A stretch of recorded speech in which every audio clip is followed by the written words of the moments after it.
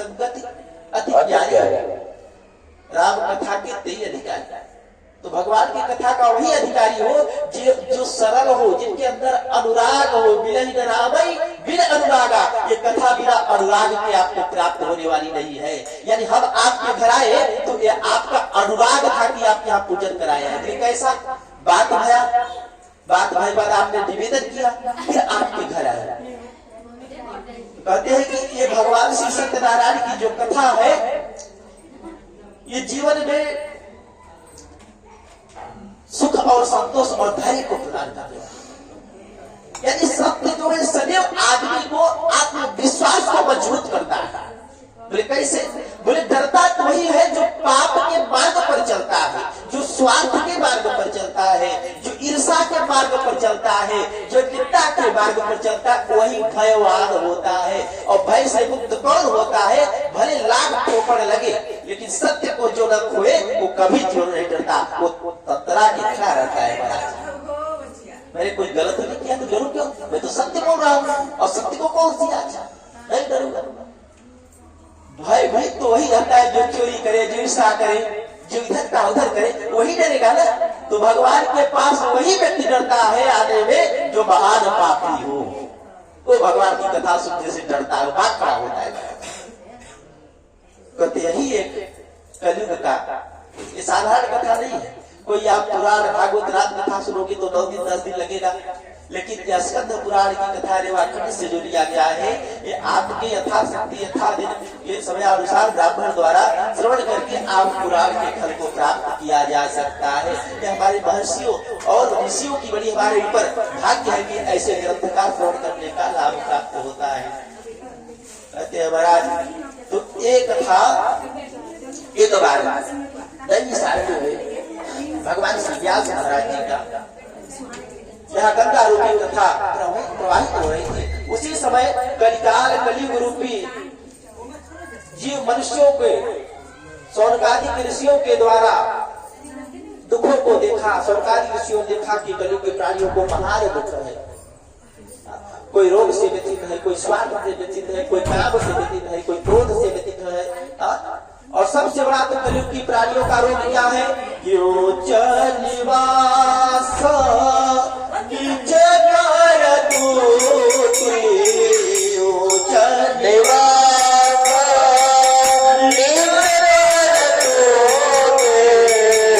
देखे न सकने बड़ाई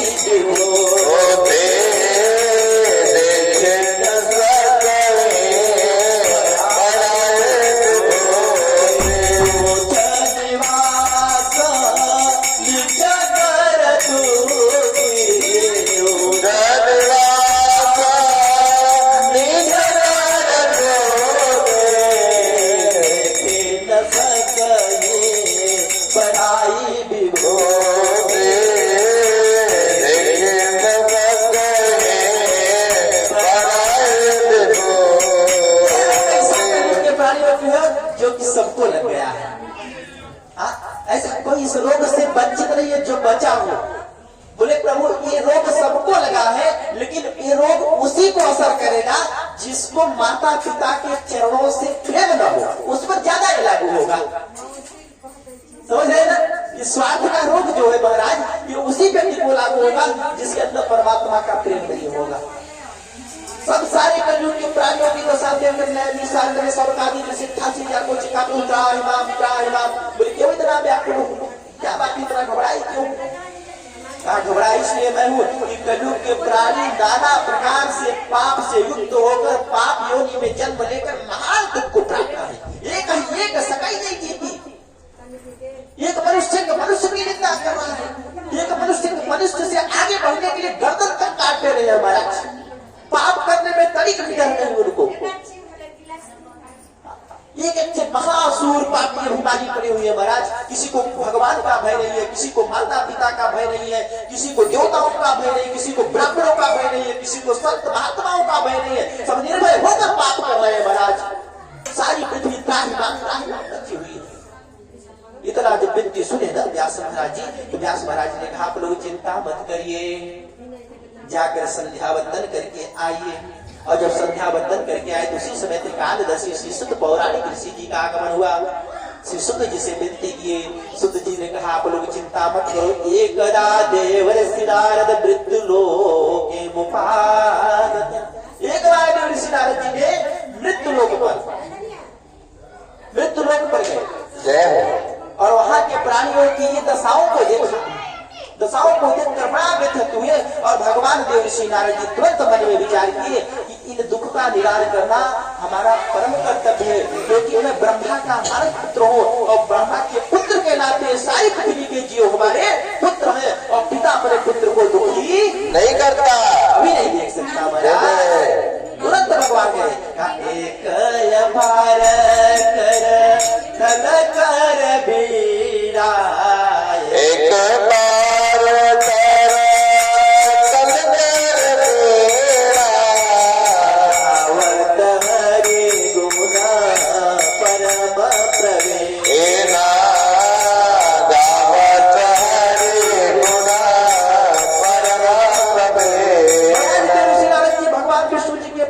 भगवान विष्णु और माता लक्ष्मी ने देवर्षि नारद जी को देखकर बड़ा प्रसन्न उठकर आसन से खड़े होकर अहो भाग्य मैं देखूं तो कहा हे प्रभु, ये ब्रह्म ऋषि, ये देवर्षि नारद बहुत दिन बाद मेरे ऊपर आपने दया किया।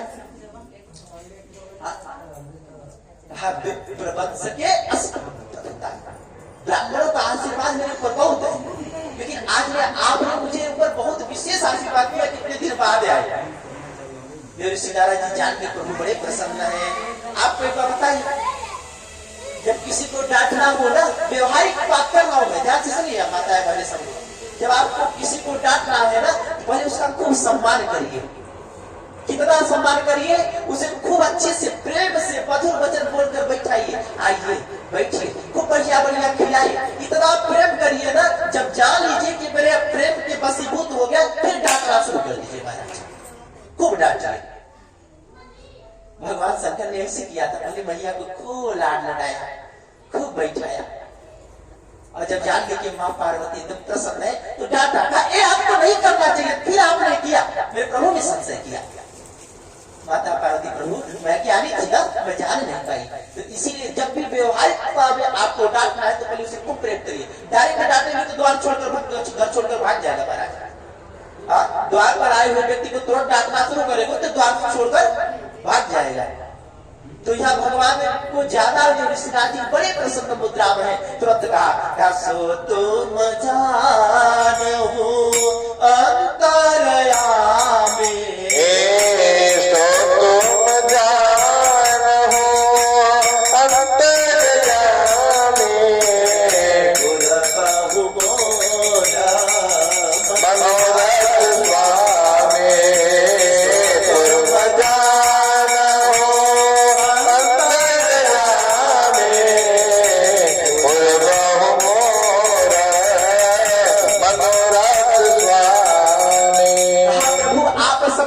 हो। बोले क्यों? बोले आप सो तुम जानहु अंतरयामी। हे प्रभु, हे करुणानिधान, हे जगत के ईश जगदीश्वर, जगत के ईश धन जगदीश जगदीश्वर, जगत के ईश हम आपको प्राप्त करते हैं और सो तुम जानो, सब जानते हो। क्यों? आप तो हृदय में विराजमान हो, आप अंतर्यामी हो, आप तो परम ब्रह्म हो, बिन पद चले आप सब जानने वाले, आपको बताने की कोई जरूरत नहीं है। और मधुर बहु मोर मनोरथ स्वामी, पुरबाहु मोर मनोरथ स्वामी। आप जो मनोकामना लेकर आता हो ना, वो आप जानते हो, बताने की जरूरत नहीं है।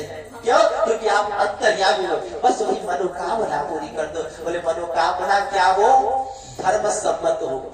मनोकामना कैसे होनी चाहिए? धर्म सम्मत। धर्म सम्मत भगवान से वही चीज मांगो जो मांगने योग्य हो। एक बार एक महात्मा जी ने कथा कहने गए थे। एक बड़ा ही गरीब सेठ था। गरीब सेठ था, बोले बाबा बहुत परेशान हूं, कुछ उपाय बताइए, परेशानी छूट जाए। बोले अपनी मनोकामना, जो तुम्हारी मनोकामना हो उसे अपने हृदय में रखकर श्री रामचरितमानस का नामवान पारायण कराओ, 1 साल में तुम्हारी सारी समस्या समाप्त। सेठ ने मानकर अपनी मनोकामना हृदय में रखकर नामवान पारायण कराया।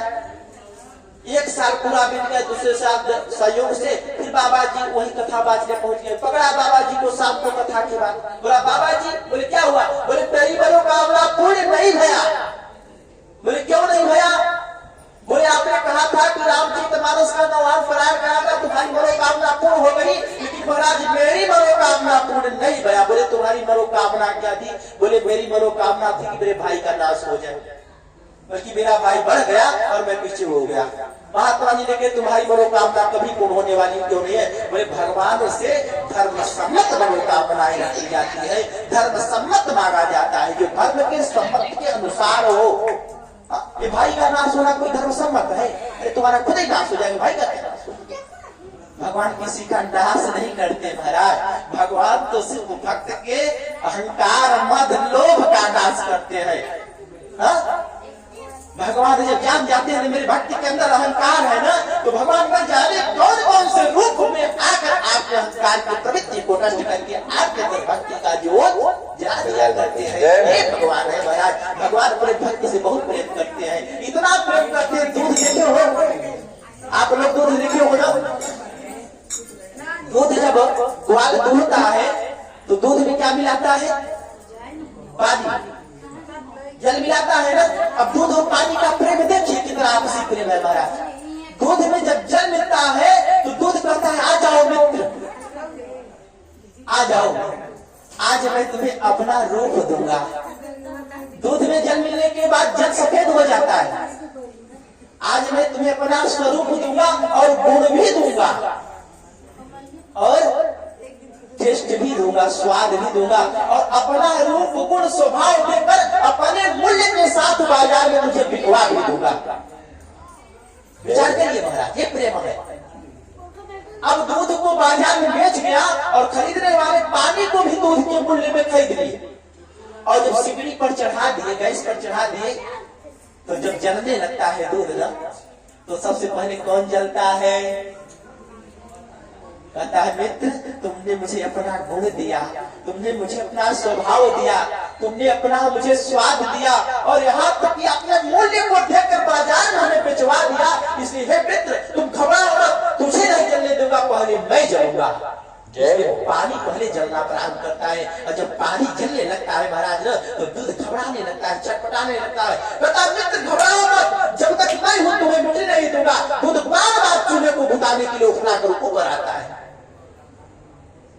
बार बार अपने मित्र की रक्षा के लिए उठाकर अग्नि को बुझाने के लिए दौड़ता है महाराज। और वही जब दूध गर्म हो जाने के बाद जब 2 बूंद खटाई डाल दिया जाता है ना, तो दूध दूध और पानी पानी हो जाता है माही बाप। तो कहने का मतलब अगर प्रेम में थोड़ी सी खटाई का रस पड़ा ना, तो प्रेम वही समाप्त हो जाता है। इसलिए भगवान से प्रेम जो करता है उसके प्रेम में कभी खटाई नहीं पड़ती। और मनुष्य मनुष्य प्रेम करता है महाराज, तुझसे रोना पड़ता है कि मनुष्य मनुष्य वाला प्रेम स्वार्थ का प्रेम होता है। ये तक घर तब तक आओ जाओ धन समाप्त, तो कौन पूछता है किसको? तो कहने का जीव ये है कि भगवान की कथा सदैव प्रेम करना।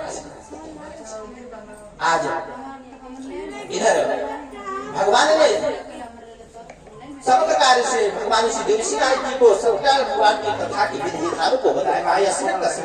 किसी समय किसी दिन किसी भाव से श्रद्धा भाव से कथा श्रवण कर सकते हो। बंधु बांधव सहित केले का पत्ता, रवा का प्रसाद, गेहूं का चूर्ण, पंचामृत इत्यादि लेकर शुभ दिन भर मत रहो। शाम को ब्राह्मण बांधो को बुलाकर कथा सुनो, इसके बाद महाप्रसाद को प्राप्त करो, मध्य रात्रि तक भजन कीर्तन करो, और इसके बाद जाकर विश्राम करो।